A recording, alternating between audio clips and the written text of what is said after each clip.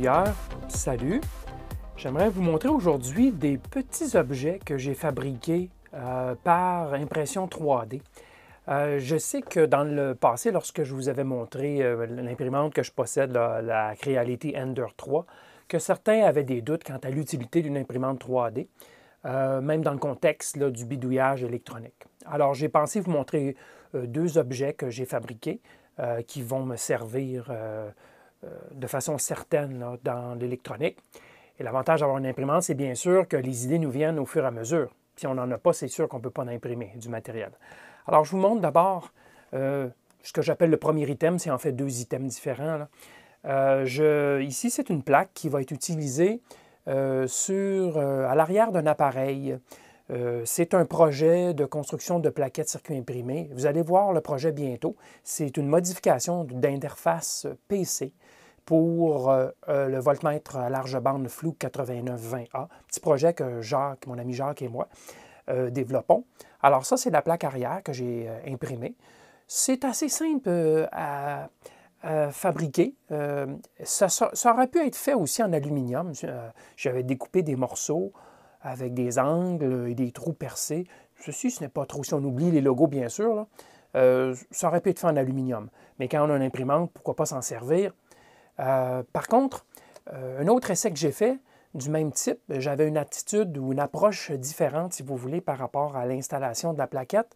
Là, vous voyez qu'il y a beaucoup plus de caractéristiques qui seraient difficiles à fabriquer à la main, c'est-à-dire qu'il faudrait machiner ou usiner un morceau d'aluminium pour en arriver là.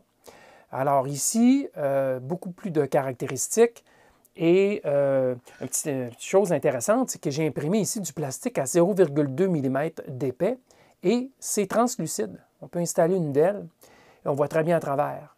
Et ça, ce n'est pas l'épaisseur la plus mince, j'aurais pu faire 0,1 mm, mais disons 0,2 là. J'aurais pu aller un peu plus épais, comme vous voyez, ça passe assez bien, merci. Et c'est quand même assez solide.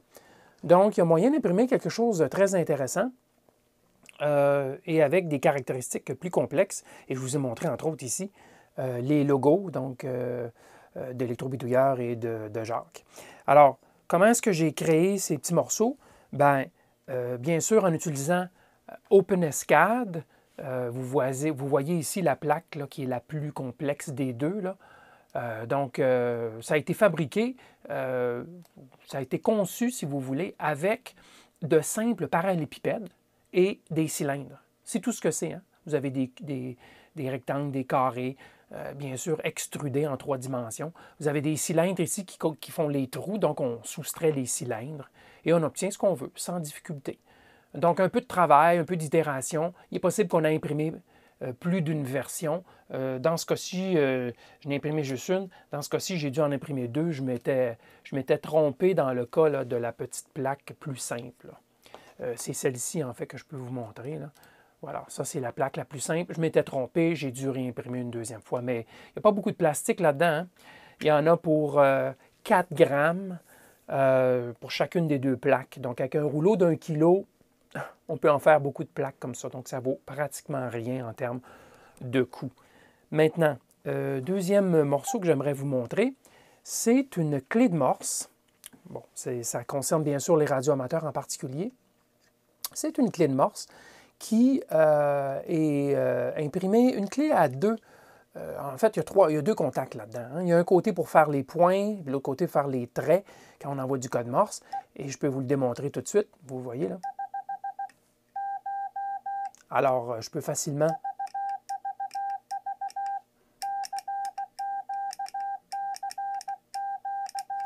Voilà. Alors, quand on veut aller rapide en code Morse, c'est ce genre de clé, ce qu'on appelle un paddle en anglais, qui est très, très utile. Une clé comme ça, dans le neuf, en métal, ça vaut cher, c'est souvent plus de 100 $. Alors ici, je l'ai imprimé pour quelques sous, bien sûr, et un peu de travail d'huile de bras, d'huile de coude. Alors, je vais vous montrer l'intérieur parce que c'est quand même intéressant. Alors voilà, ce sont 2 leviers qui sont repoussés à l'aide d'un ressort de stylo bille. Okay? C'est un morceau de ressort de stylo bille qui est placé entre les 2 leviers.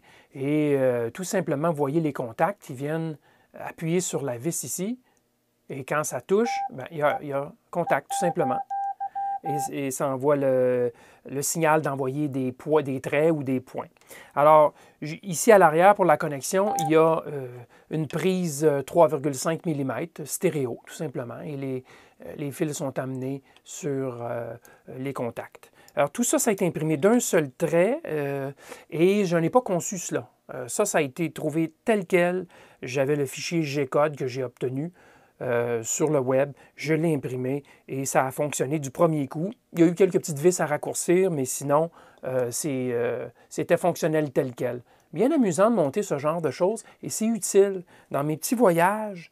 L'été, voyage de camping, je vais pouvoir rapetisser un peu mon équipement plutôt que d'amener la grosse clé. Je pourrais amener cette petite clé qui me permettra d'opérer en radio beaucoup plus facilement et de façon plus légère ou portable, si vous voulez. Alors voilà, c'est ce que je voulais vous montrer. Une imprimante 3D, c'est vraiment pas essentiel, mais lorsqu'on l'a en notre possession, ça nous donne toutes sortes d'idées. Ça nous permet de se fabriquer et donc finalement se procurer des choses qui autrement on n'aurait pas fait ou on aurait été obligé de simplifier. J'espère que vous avez apprécié cette courte vidéo. Je vous dis merci et à la prochaine.